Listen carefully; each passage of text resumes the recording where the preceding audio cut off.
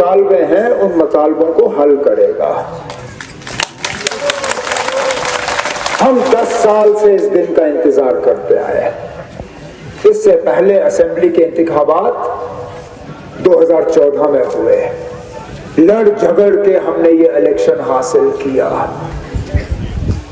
कल शायद जम्मू में वजीर दाखिला ने अपनी तकरीर के दौरान हमें और कांग्रेस को ताने दिए, कहा ये कांग्रेस और नेशनल कॉन्फ्रेंस वाले स्टेटहुड का वादा कैसे कर सकते हैं, ये कैसे लाएंगे। अब मैं जनाब अमित शाह साहब को याद दिलाऊं, ये इलेक्शन भी आपने कोई अपनी मंजूरी से हमें नहीं दिया, लड़ झगड़ के सुप्रीम कोर्ट के जरिए हमने ये इलेक्शन जम्मू कश्मीर में करवाए। कल अगर जरूरत पड़ेगी, अगर आप अपनी मर्जी से हमें रियासत का दर्जा वापस नहीं दोगे, कोई बात नहीं, हम दोबारा सुप्रीम कोर्ट का दरवाजा खटखटाएंगे और अपना हक हासिल करेंगे। तभी तो जिस तरह आगा साहब ने कहा, हम उन तमाम ताकतों के खिलाफ आज लड़ रहे हैं जो हमें तबाही और बर्बादी के तरफ खींच के ले गए, जिन्होंने जम्मू कश्मीर को तहस नहस करने में कोई कसर बाकी नहीं रखी। बड़ी सियासी बातों पर आगा साहब ने रोशनी डाली, हमारी उन सियासी लड़ाइयों के बारे में उन्होंने बात की जो हमने करने हैं। जहां हम सियासी बात करते हैं, चाहे वो 370 को लेके हो, चाहे वो रियासत का दर्जा को लेके हो, लेकिन उसके साथ साथ आपके रोजमर्रा के मसले भी हैं, आपकी रोज की परेशानियां हैं जिनका हमें हल करना होगा, जिनका इलाज मौजूदा हुकूमत कर नहीं पाई। यहां नौजवान इतनी भारी तादाद में बैठे हैं, मैं इन नौजवानों से पूछता हूं, पिछले 10 साल में कितनों में से आपको रोजगार मिला?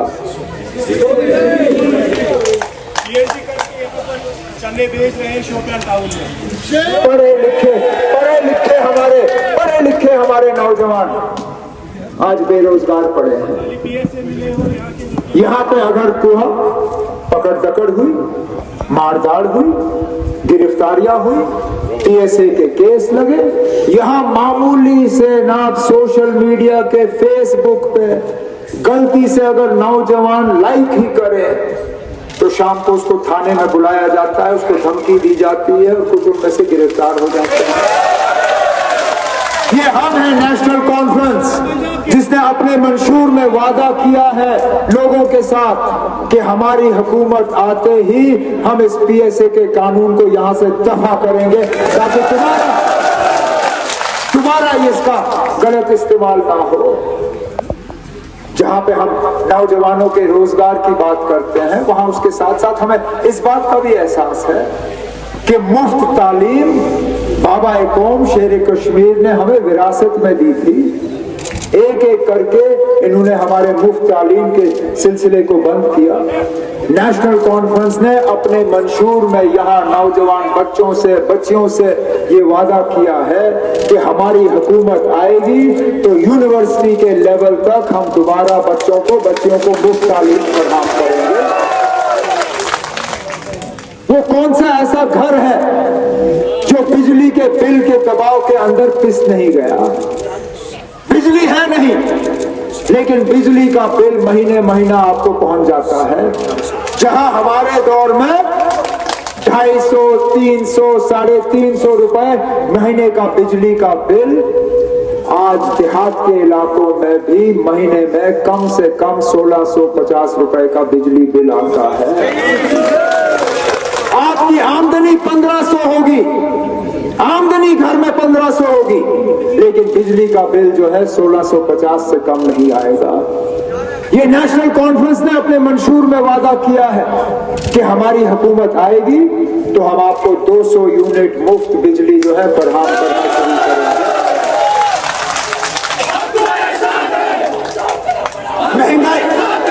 महंगाई का जो सिलसिला रहा, यहां आज घर चलाना लगभग नामुमकिन है। वज़ीर आज़म साहब ने एक स्कीम के तहत गैस के चूल्हे बांटे, कहा लकड़ी मत जलाओ, गोबर मत जलाओ, ये गैस का चूल्हा ले लो, घर में गैस के चूल्हे पे आप जो है अपना खाना बनाओ। लेकिन ये बताना भूल गए कि उस गैस के चूल्हे को जलाने के लिए सिलेंडर खरीदना पड़ेगा और हर महीने उस सिलेंडर की कीमत जो है बढ़ती जाएगी। नेशनल कॉन्फ्रेंस ने आप लोगों से वादा किया है कि हमारी हुकूमत आएगी, हम 12 सिलेंडर साल के मुफ्त उन घरों में पहुंचाएंगे जो आज उस चूल्हे को जलाने के काबिल है नहीं। इसी तरह हमारे सेब का जो है तहस नहस करके रखा है इस मरकजी हुकूमत ने। क्या कहते हैं ये बीजेपी वाले, जरा यहां आके बात करें। तकरीर में तो दावा किया था कि हम कश्मीर का सेब जो है बंबई पहुंचाते हैं। अब हमारा सेब तो बंबई क्या बाहर जाता था। लेकिन आज मरकज की हुकूमत ने जिस तरह बाहर के सेबों पे ड्यूटी कम की, टैक्स कम किया, आज बाहर से सेब आते हैं, हमारा कश्मीर का सेब कोई खरीदने के लिए तैयार नहीं। भीख मांगने पे उतारा हुआ है हमारे फ्रूट इंडस्ट्री को। और इसलिए हम कहते हैं कि लड़ झगड़ के हमारे मेंबर पार्लियामेंट, हमारे एमएलए, हमारी हुकूमत जो है हमारे कश्मीर के सेब को बचाने का काम करेगी। हमारे गुजर बकरवाल भाई जिनको फॉरेस्ट राइट एक्ट के तहत इन जंगलों का हक था, उन्हें इन जंगलों के हक से महरूम रखा गया है। हमने अपने मंशूर में इनसे वादा किया है कि हमारी हुकूमत आएगी तो फॉरेस्ट राइट एक्ट के तहत जो इनको हकूक हैं, हक हैं जंगल पे, इन्हें वो वापस मिलेंगे। ये दरिया है, इस दरिया में से रेत और पत्थर निकालने का हक आप लोगों को होता था, आज वो हक आपसे भी छीना गया। एक वक्त ऐसा था आप दरिया में से रेत निकालते थे, 3000 रुपए में आपको वो ट्रक मिलता था रेत का। आज 15,000 रुपए, 16,000 रुपए ट्रक जो है रेत की कीमत है। क्यों? क्योंकि इस दरिया में से निकालने का हक इन्होंने बाहर के ठेकेदारों को दिया। दरिया हमारी, पानी हमारा, हक किसी और को। हमने अपने मंशूर में लोगों से वादा किया है कि हमारी हुकूमत आएगी, इन दरियाओं का, इन पहाड़ों का, इन जंगलों का सबसे पहले हक हमारे लोगों का होगा, फिर हम बाहर से किसी को इजाजत देंगे। तभी तो ये लोग हमसे परेशान हैं, तभी तो यहाँ आजाद उम्मीदवारों की फौज एक लगी हुई है हमें हराने के लिए।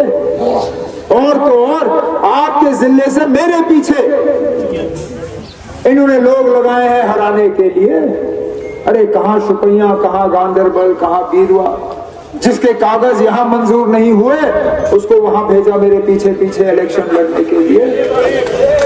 और मेरी समझ में नहीं आता, जिस तरह मैंने कल गांधरबल में किया, कहा खुदारा कोई मुझे ये बताए ना, ये जो जेल में लोग बंद हैं ये मेरे ही पीछे क्यों पड़े हुए हैं? इनको और कोई नहीं मिलता, गिरफ्तार कराने वाले कोई और, पीएसए लगाने वाले कोई और, तंग करने वाले कोई और, लेकिन जब इलेक्शन लड़ना होता है तो लड़ जाते हैं मेरे पीछे। कोई बात नहीं, आप भी अपनी किस्मत आजमाओ, मैं भी किस्मत आजमाऊंगा, देखेंगे कौन जीतता है। लेकिन अपने वोटों का ख्याल रखना। बीजेपी सिर्फ और सिर्फ आपको तकसीम करने में लगी हुई है। अगर इसका आपको सबूत चाहिए तो वजीर दाखिला साहब ने जो प्रेस कॉन्फ्रेंस दी, सारा कुछ उसके वाज़ेह तौर आपके सामने रखा। कहा कि अगर हमें हुकूमत बनानी होगी, हम इंडिपेंडेंट्स के साथ हुकूमत बनाएंगे, हम छोटी पार्टियों के साथ हुकूमत बनाएंगे। और किन किन पार्टियों की तरफ इशारा हुआ? डीपीएपी, पीपल्स कॉन्फ्रेंस, अपनी पार्टी, इंजीनियर रशीद साहब के एआईपी और आजाद उम्मीदवार। मतलब ये कि आजाद उम्मीदवार और इन छोटी पार्टियों को वोट देने का मतलब है सीधा सीधा बीजेपी की झोली में अपना वोट डालना।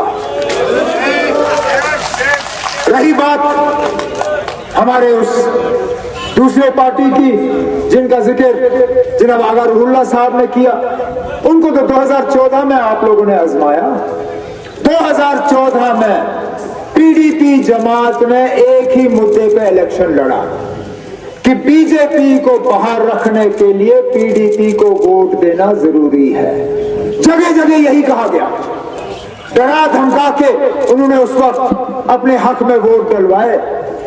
और इलेक्शन के बाद बीजेपी को लाने वाले यहां कौन सी जमात? वही पीडीपी। एक बार नहीं, 2 बार उनके साथ हुकूमत बनी। 2015 में पहले अल्लाह मगफिरत करे उन्हें मुफ्ती मोहम्मद सैयद साहब ने, और 2016 में उसके बाद महबूबा मुफ्ती साहिबा ने। आज किस मुंह से वो कहेंगे कि बीजेपी को बाहर रखने के लिए पीडीपी को वोट देना है, जब 2014 में इसी चीज पे उन्होंने वोट हासिल किए और फिर बीजेपी को यहां लाया। हम कैसे ये यकीन करें कि आज अगर उनको वोट मिलते हैं तो वो दोबारा बीजेपी को यहां नहीं लाएंगे? एक ही तबका है सियासी जो आज बीजेपी के खिलाफ, न सिर्फ हम बीजेपी के खिलाफ लड़ रहे हैं बल्कि लोगों के हकूक के लिए लड़ रहे हैं, लोगों के मुतालबों को हल करने के लिए लड़ रहे हैं, जम्मू कश्मीर को तरक्की के रास्ते पर लाने के लिए लड़ रहे हैं, और वो ये हल का झंडा है। अब कुछ लोग हमसे खुश नहीं है, हम इससे क्या कर सकते हैं ना? और कुछ लोग जो है वो सिर्फ अपना मुफाद देखते हैं, वो सिर्फ अपना फायदा देखते हैं। इसमें कोई छुपी हुई बात नहीं है कि यहां नेशनल कॉन्फ्रेंस की तंजीम में 2 शख्स थे जो हमारा मैंडेट मांग रहे थे, एक शेख रफी साहब और एक और जो अब आजाद उम्मीदवार के तौर पर मैदान में उतरा हुआ है। शेख रफी साहब को मैंडेट क्यों मिला मैं आपको बताऊं, क्योंकि उन दोनों शख्स को बुला के फारूक साहब ने बात की, उनसे पूछा, पहले रफी साहब से और फिर उस दूसरे शख्स से, कहा ना अगर आपको मैंडेट नहीं होगा, अगर दूसरे को होगा आप क्या करोगे? जब रफी साहब से पूछा, उसने कहा ना मैं नेशनल कॉन्फ्रेंस का सिपाही हूं, मैं नेशनल कॉन्फ्रेंस से देखा नहीं करूंगा, आपका जो भी फैसला होगा मेरे सिर आंखों पर, मुझे मैंडेट की लड़ाई नहीं है, मुझे मैंडेट की फिक्र नहीं है, मुझे अगर फिक्र है तो अपने शुपैया के लोगों की। फारूक साहब ने और कुछ नहीं कहा ठीक है रफी साहब हम अपना फैसला आपको सुनाएंगे। फिर उस दूसरे शख्स को बुलाया, कहा ना आप बताओ, आप 2 मैंडेट मांग रहे हो, अगर 1 मिनट के लिए अगर मैंने मैंडेट रफी को दिया आप क्या करोगे? कहा फारूक साहब मुझे फिर नेशनल कॉन्फ्रेंस से कोई लेना देना नहीं है, मैं जाके आजाद उम्मीदवार के तौर पे उठूंगा, मैं आपके साथ नहीं चलूंगा। उसी वक्त जनाब फारूक साहब ने तय किया कि अगर वाकई कोई सच्चा हमदर्द है शुपैया के लोगों का, ये फर्क है एक खुदगर्ज उम्मीदवार और एक सच्चे उम्मीदवार के बीच। एक आपका फायदा चाहता है, एक अपना फायदा चाहता है, वो भी बीजेपी के साथ मिला हुआ, और उसकी तार कहाँ जुड़ी हुई है, उसको इलेक्शन के लिए पैसा कहाँ से आ रहा है, वो खुद अपने अल्लाह ताला को उसका जवाब दे देगा। अंदर अंदर से हमें मालूम, कोई बात छुपी नहीं रहती ना, सारा कुछ सामने आ ही जाता है।